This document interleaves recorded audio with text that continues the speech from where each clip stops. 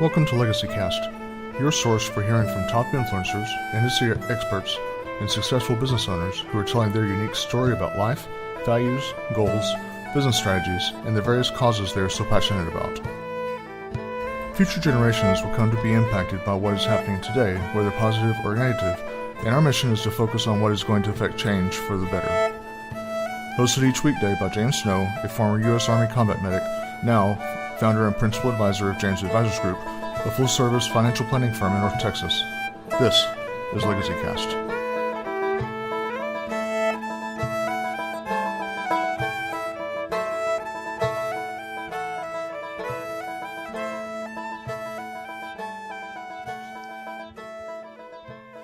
Hello, LegacyCast listeners. This is your host for the program, James Snow, where we talk to people all across the world, actually, and we talk to them about what they're doing that's going to make a difference in society and other people's lives.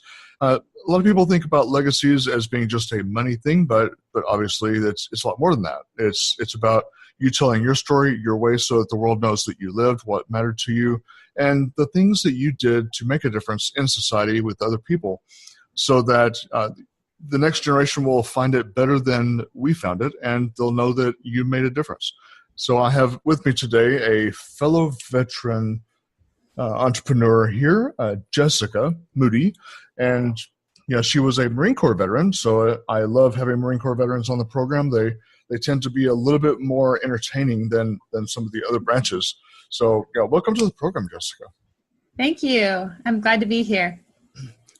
So like the name of the program would imply, we talk about legacies, but again, just kind of reiterate, for a lot of people, it's not just a money conversation. It's the way I look at it is it's you telling the story of your life, and it's you telling your story your way, so that your children, your grandchildren, and the many generations to follow will know that you first of all, most importantly, that you were here, but the things that you're passionate about and that you cared about, and that the things that you affected change in on a positive level.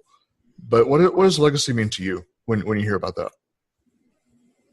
I think you're right. Having a legacy really means to leave something for my children, make an impact for people, and to really help people have a platform that they need to succeed. Mm-hmm. So what I do a lot of times is I assist other entrepreneurs in achieving their dreams. Yeah, and it's a very powerful statement that you have there, because that's part of what you do in your business is in fact helping other entrepreneurs and enabling them to in turn educate other people, which is a very interesting model. I think, because a lot of us, we have that service that we provide, or we have a product that we're providing, but you in fact are providing a service that allows other people to provide a service. Exactly. Which is kind of interesting. Is that something that you spend a lot of time really considering how that is going to impact a legacy for you?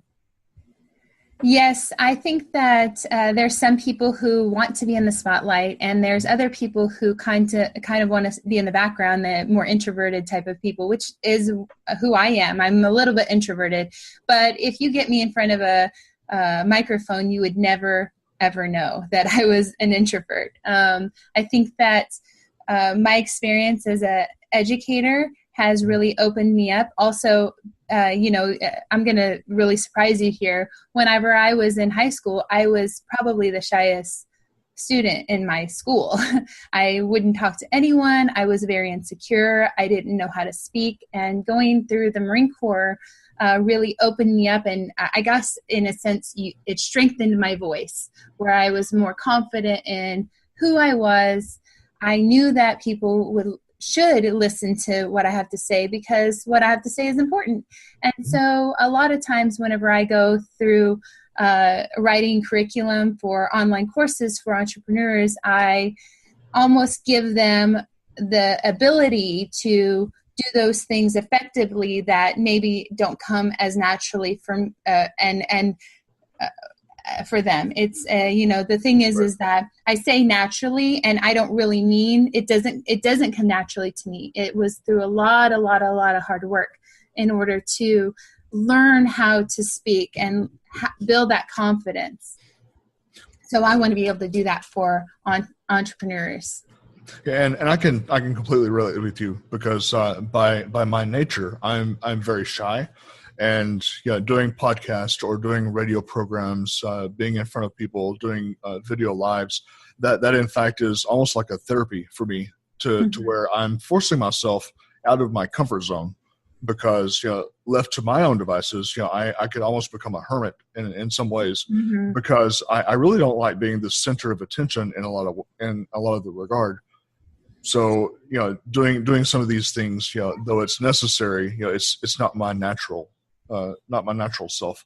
So I can completely relate with what you're saying, that that it's something that you kind of have to do, and you've had to learn how to do. Because for myself, it was the same thing.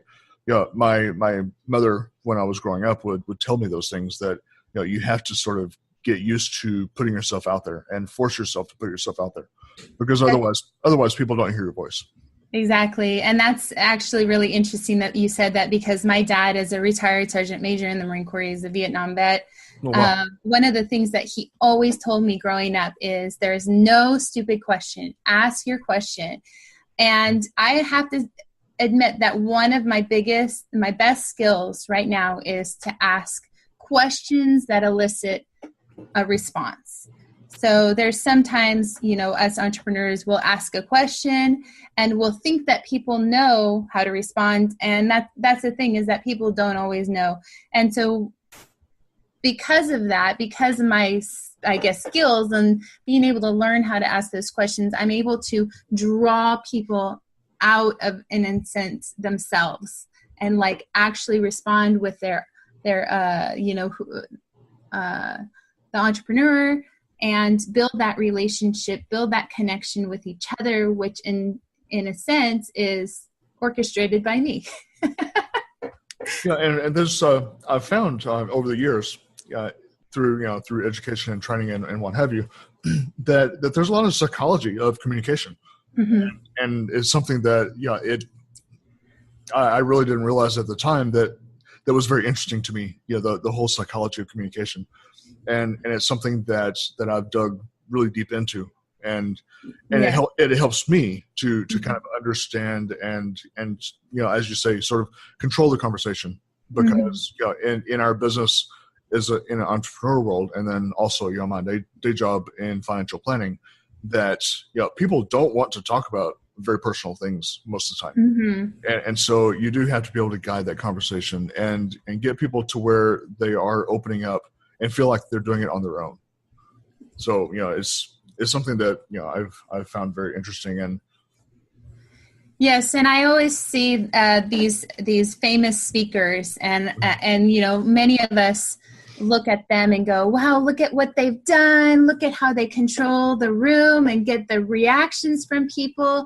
And I say, no, well, that is a skill. That is an actual tactic that they're using in order to bring that connection about and make people feel that way. And so that right there is one of those delivery pieces. That is, how is the entrepreneur delivering the item or the service that they said they were going to deliver, and how do you bring that about, and how do you bring out about that connection to make them lifelong clients? So those are the things that I really talk about and really try to bring out in people.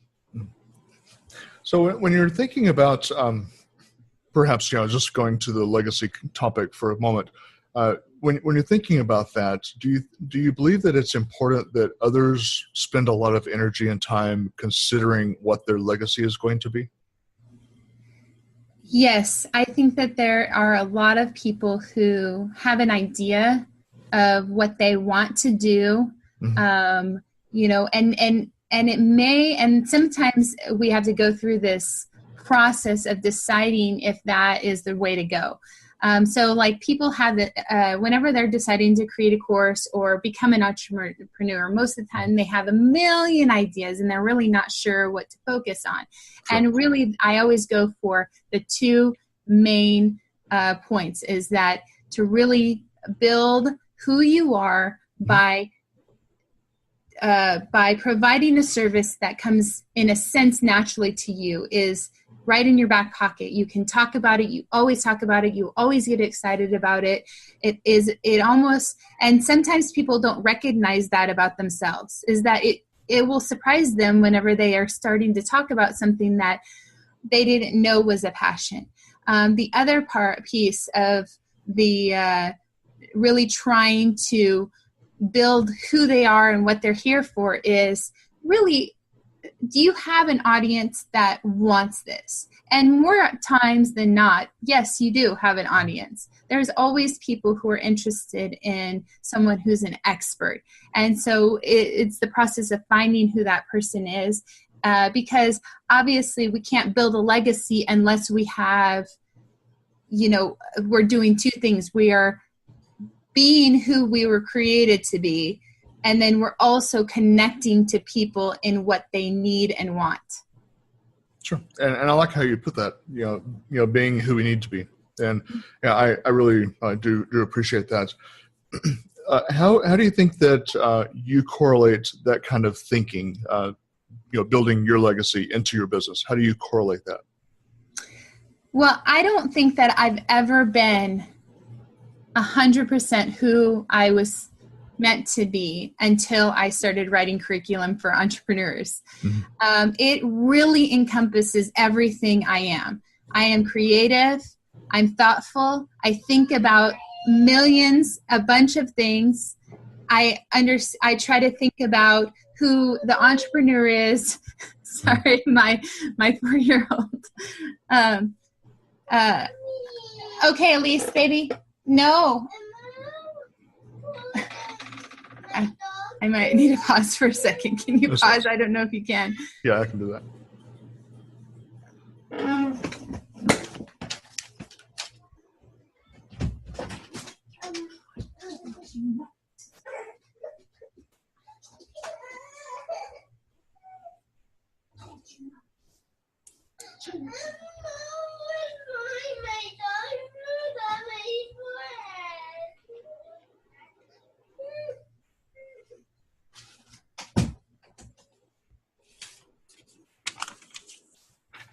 Sorry.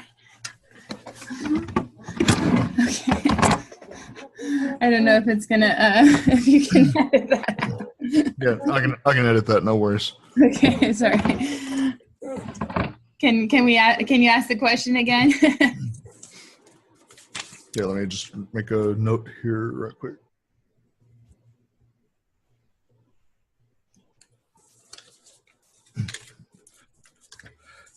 So as far as looking at legacy, how would you say that you correlate that into what you do as a business? Well, I don't think that there's anything.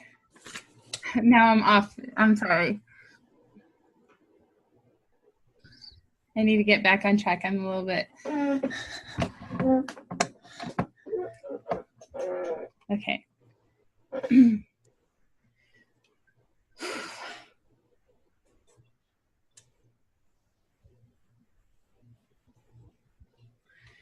Okay, so, well, I've never done anything in my life that I believe encompasses everything that I am. Mm-hmm. I am a curriculum developer, which in this sense, it looks like writing content for entrepreneurs to create online courses. Well, all the skills that I need to have in order to do that are being creative, thinking about the whole picture as well as the small little pieces. I have to think about not only the person speaking, but who they're talking to. How are they going to connect to them, and how are they going to bring about a change that they want, which the change as a result makes them into kind of that lifelong client that they want. And also it makes them as the entrepreneur as the expert. And so all of those pieces, being able to write and create activities and create that connection